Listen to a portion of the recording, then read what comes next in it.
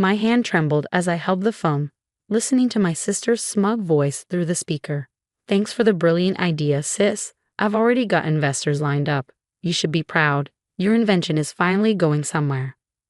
My name is Olivia Chen, and at 32, I had just discovered my sister Amanda had stolen my life's work. A revolutionary water filtration system I'd spent 3 years developing in my garage. The worst part? She'd found my prototype and research notes while helping me move apartments last month. "You can't do this, Amanda," I said, keeping my voice steady despite the rage building inside me. "That filtration system is my work. Every design, every test, every failure and success. It's all documented in my research journals." She laughed, the sound sharp and dismissive. "Oh please, sketches in a notebook don't mean anything. I've already got the provisional patent application ready to file. Face it, you were never going to do anything with it anyway. You're too afraid to take risks. At least I have the courage to make it happen." I gripped my desk, memories flooding back of all the times Amanda had taken credit for my achievements. In high school, she claimed my science project as her own, winning first place while I stayed silent. In college, she borrowed my research paper for inspiration and somehow ended up submitting an almost identical version to her professor. Every time, our parents brushed it off. "Sisters share everything, or don't be so selfish, Olivia." But not this time. This wasn't just another school project. This was my future. "I've got meetings with investors all week," Amanda continued, her voice dripping with fake sympathy. "Don't worry, I'll make sure the family name shines bright. You can go back to your safe little research job and..." I hung up, my hands still shaking but now with determination rather than anger. Walking to my home office, I opened my safe and pulled out a thick manila envelope. Inside was something Amanda didn't know existed: my official patent application, filed 6 months ago when I first caught her snooping around my prototype. I learned from experience that my sister couldn't be trusted. So this time, I'd been prepared. Every test result, every design iteration, every piece of documentation had been properly notarized and filed. I even kept video logs of my development process, all time-stamped and backed up securely. My phone buzzed again. Amanda, no doubt calling to continue gloating. Instead of answering, I emailed my patent attorney. "It's happening exactly as we predicted. Time to proceed with phase 2. I smiled, thinking of the shocked look that would soon replace Amanda's smug expression. She thought she was so clever, but she just walked right into a trap 3 years in the making. Sometimes the best revenge isn't about getting even. It's about being 10 steps ahead. The next week unfolded exactly as I'd anticipated. Amanda paraded around town, meeting with potential investors, making grandiose promises about her revolutionary water filtration system. Each time she posted on social media about her breakthrough innovation, I documented it, adding to the steadily growing file my lawyer was building. My parents called, of course. "Olivia, why can't you be supportive of your sister?" My mother pleaded. "She's finally found her passion. You know how much she's struggled to find her path." I sat in my home office, staring at the wall of technical drawings and certification documents I'd accumulated over 3 years of work. "Mom, that's my invention. Every single aspect of it. Amanda stole my research, my prototype, everything." "Don't be ridiculous," she scoffed. "Amanda showed us all her work. She has diagrams, test results, everything. Why would she lie about something like this?" I closed my eyes, remembering every time they dismissed my complaints about Amanda's behavior. Every time they told me to be the bigger person while she took credit for my achievements. "You'll see soon enough," I said quietly, ending the call. 3 days later, Amanda hosted a big presentation for potential investors at the city's most expensive hotel. She'd invited the entire family, local media, even my old professors from engineering school. The irony wasn't lost on me. She'd gathered all the witnesses I needed in one place. I arrived early, taking a seat in the back row. Amanda spotted me and smirked, probably assuming I was there to watch helplessly as she claimed my work as her own. She had no idea she was about to walk into a carefully laid trap. "Ladies and gentlemen," she began, standing proudly next to my prototype, "I'm excited to present a breakthrough in water filtration technology. This system, which I've developed over the past year, represents a complete revolution in how we think about water purification." I watched as she clicked through slides that were clearly copied from my research documents, explaining concepts she barely understood. The investors nodded appreciatively, taking notes. My parents beamed with pride from the front row. Then Amanda reached the technical specifications, the part I've been waiting for. As she confidently rattled off numbers and processes, I pressed send on an email I prepared earlier. Exactly 30 seconds later, the hotel's AV system experienced an unexpected technical difficulty. The screen behind Amanda suddenly switched to a different presentation. My original pitch deck from 2 years ago, complete with dated timestamps and my signature on every slide. Amanda faltered, her professional demeanor cracking slightly. There seems to be some technical issue. That's when my patent attorney stood up from the middle row. Actually, Ms. Chen, there's no technical issue. I'm Richard Maxwell, representing the patent holder of this technology, your sister, Olivia Chen. The room went silent.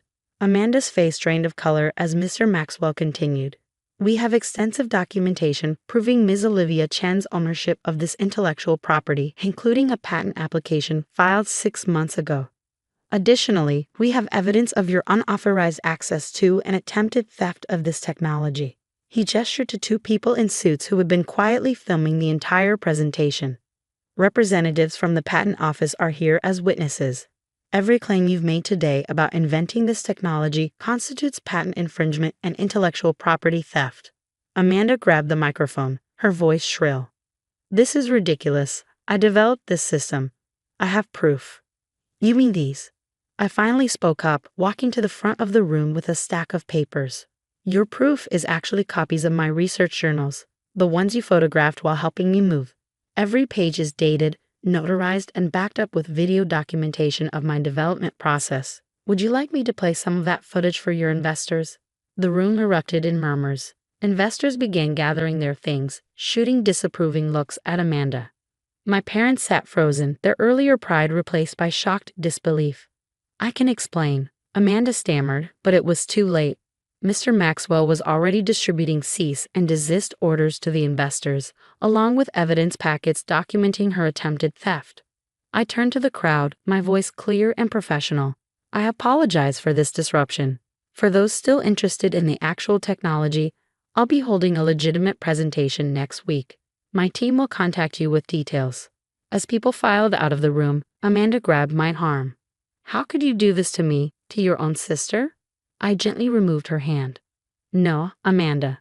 The question is, how could you do this to me, again? Did you really think I wouldn't protect my work this time? Our parents approached, their faces a mix of emotions. Dad looked disappointed, but for once, not in me. Mom just looked tired. Amanda, is this true? She asked quietly. Did you steal your sister's work? But Amanda was already pushing past them, running from the room in tears. She'd always been good at playing the victim when her schemes fell apart. The aftermath of Amanda's failed presentation unfolded like a carefully orchestrated symphony. Within days, my patent was fully approved, and several investors who had initially been approached by Amanda reached out to me directly. The irony wasn't lost on me. My sister's attempt to steal my invention had actually accelerated its path to market. But the personal fallout was harder to navigate. Amanda barricaded herself in her apartment, refusing to speak to anyone. Mom called daily, alternating between apologies and attempts to broker peace. Can't you drop the legal proceedings? She pleaded one evening. She's your sister, Olivia. She's suffering. I sat in my newly rented lab space, surrounded by improved prototypes of my filtration system. Mom, actions have consequences. Amanda needs to learn that she can't take what isn't hers. But she's family. Yes, she is, I interrupted, which made her betrayal even worse. How many times have you told me to let it go when she took credit for my work? How often did you dismiss my feelings because that's just how Amanda is? The silence on the other end was telling. Dad, surprisingly, took a different approach. He showed up at my lab one afternoon, looking older than I'd ever seen him. I owe you an apology, he said, examining my latest prototype. We failed you, Olivia. We enabled Amanda's behavior, made excuses for her, and taught her that she could get away with anything. Tears pricked at my eyes, but I kept working, adjusting a valve on the filtration unit. Why was it always my responsibility to keep the peace? Because you were stronger, he admitted. More capable. We took advantage of that, expected you to be the bigger person. It wasn't fair. He picked up one of my technical journals, flipping through pages of calculations and diagrams. This is incredible work, by the way. I'm sorry I didn't see it sooner. 2 weeks after the presentation, Amanda finally reached out through her lawyer. She wanted to negotiate, to find a way to collaborate on the project. My response was simple. She could either sign a legal admission of her attempted theft and agree to cease all claims to my invention, or we could proceed with a full lawsuit. She chose the former, though not without attempting to spin the story one last time on social media.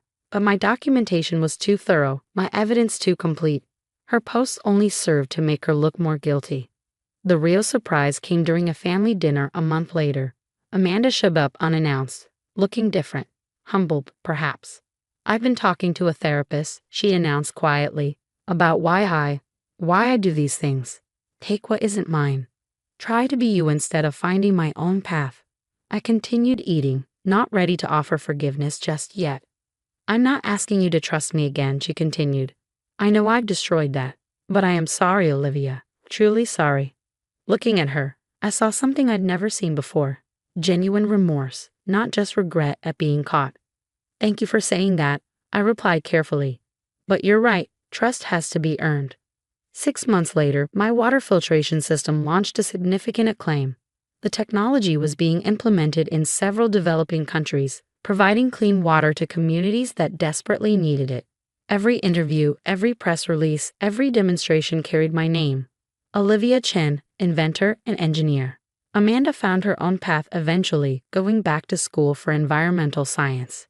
Sometimes she'd send me articles about water conservation or sustainable technology, not trying to take credit or compete, just sharing information she thought I'd find interesting.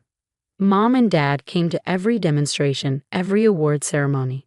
They'd finally learned to celebrate my achievements without trying to share the spotlight with Amanda. It was a different kind of family dynamic, not perfect, but more honest. One evening, as I wrapped up a successful presentation, a young engineering student approached me. Ms. Chen, she said hesitantly, I read about what happened with your sister.